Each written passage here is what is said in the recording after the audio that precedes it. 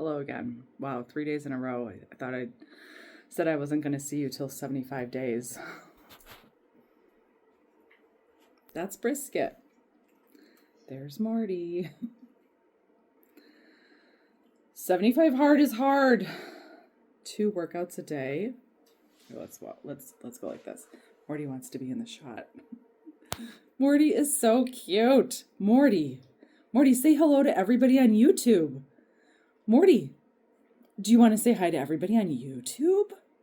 Brisket? All right, that's my dog voice. I just can't help it because when they're so stinking cute, you just have to talk to them in that voice.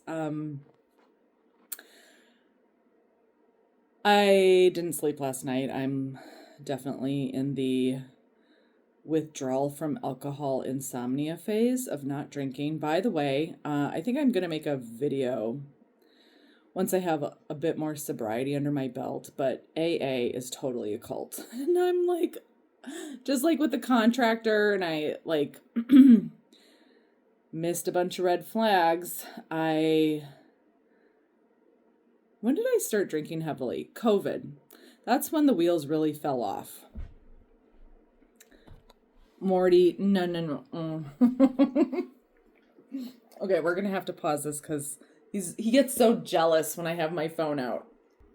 Yeah, he's seriously like a jealous boyfriend whenever the phone comes out.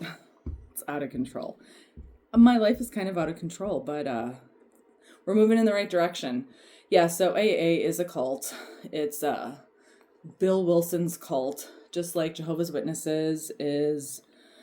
I don't know if I'd say it's Russell's cult. It's definitely Rutherford's cult.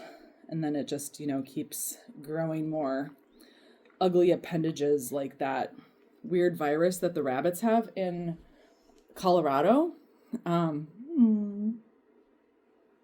Anyway, thank you, Morty. Just sit. Yeah, I'm going to make a video about AA as a cult because there's so many similarities between, this is not working. Where was I? So many similarities between AA and Jehovah's Witnesses.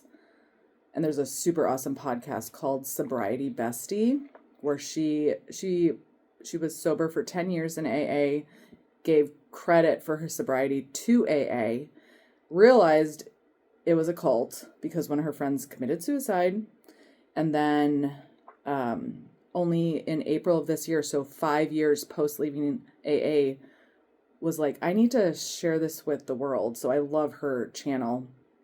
And honestly, if you are a PMO and you still have like PME friends in the organization, maybe that would be like a good resource to share because there's no discussion of Jehovah's Witnesses. Because I know it's a lot easier, more palatable to, just like we can't see the flaws in ourselves because it's so close.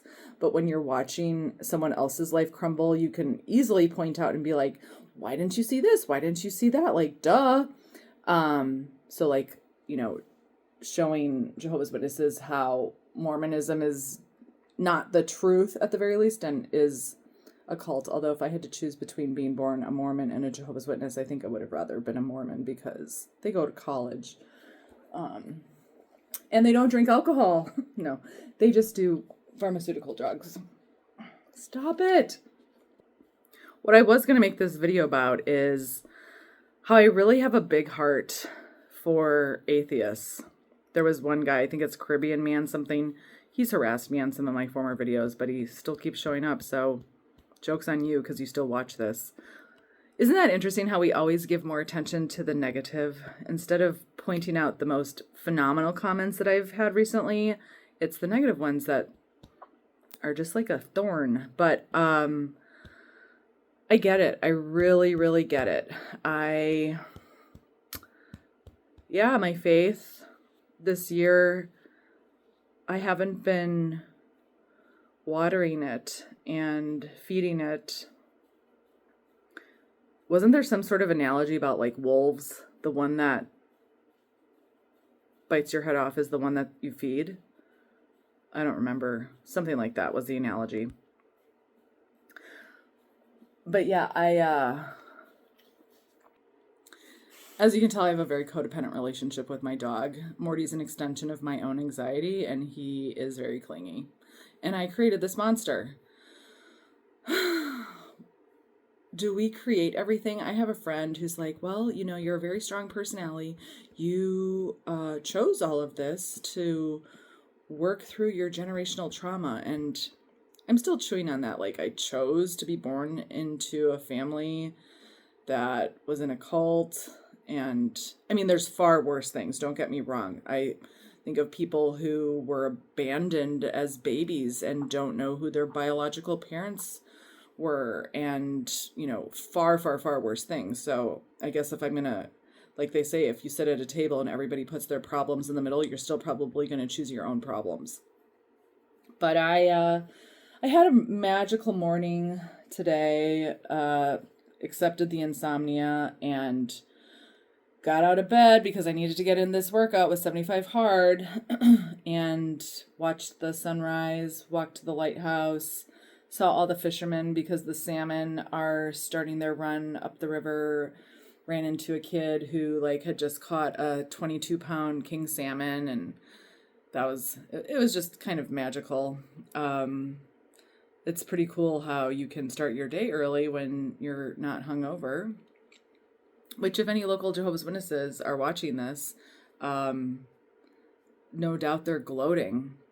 But the difference between me and a lot of them is that I have no fear admitting that I have used substances like alcohol to numb pain, and I know that they're doing the same thing, but I can talk about it, and I don't know if I have no shame.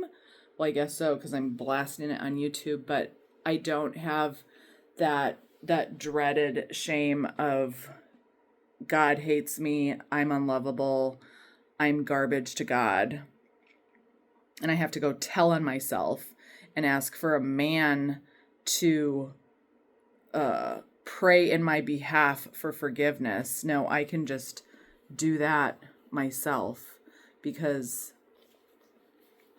I have one mediator, and that's Jesus Christ, which takes me back to the atheists and the agnostics and the rainbow of the spectrum of spirituality that just becomes more and more vast the longer you disengage from organized religion. I don't even know if this is why I was making this video right now. Now I remember, I'm posting a link below.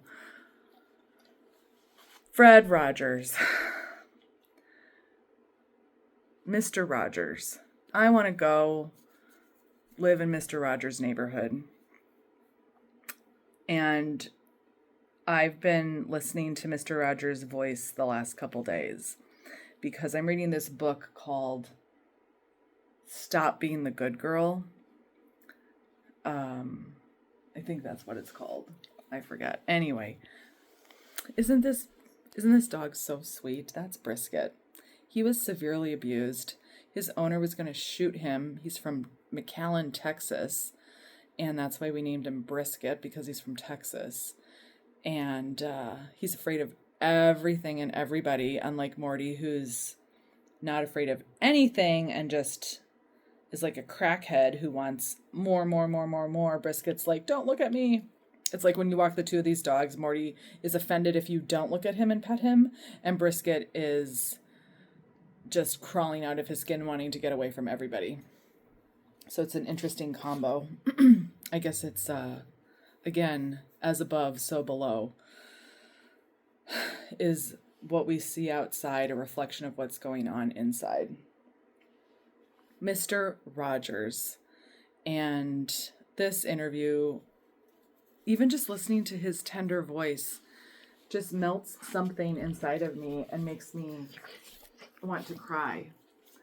So this video is beyond ridiculous, but I guess I'll still post it because why not?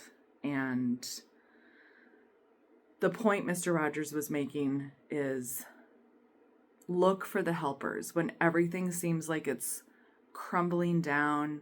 you're leaving a cult, you get screwed by your contractor, your, spouse leaves you, your parent dies, your kid shuns you, fill in the blank, whatever. Look for the helpers. And of course, that's a little tricky and sticky when you don't have your red flag detectors sharpened. But there's a channel for that too. It's called Crappy Childhood Fairy. And Dr. Ramani, who exposes all things narcissism. Like, there's so many helpers on YouTube, good helpers that help us navigate our local lives so that we can find helpers here locally. And we can be helpers. That was today's message. Look for the helpers.